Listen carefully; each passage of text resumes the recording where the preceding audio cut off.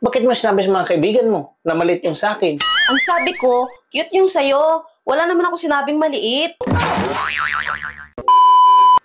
Alam mo, pag nag-uusap kayo mga babae, kami mga lalaki ang lagi niyong pinag-uusapan. Bakit? Inaano ka ba?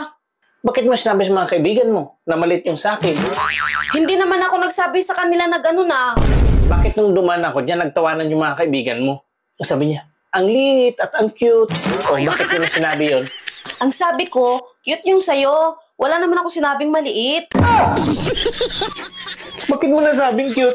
Eh, akin lang naman yung nakita mo sa buong buhay mo, ah.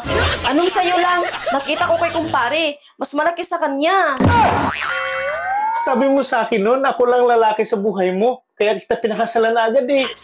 Ikaw lang naman talagang lalaki sa buhay ko noon eh. Kasasabi mo nga lang na may kumpare ka, eh.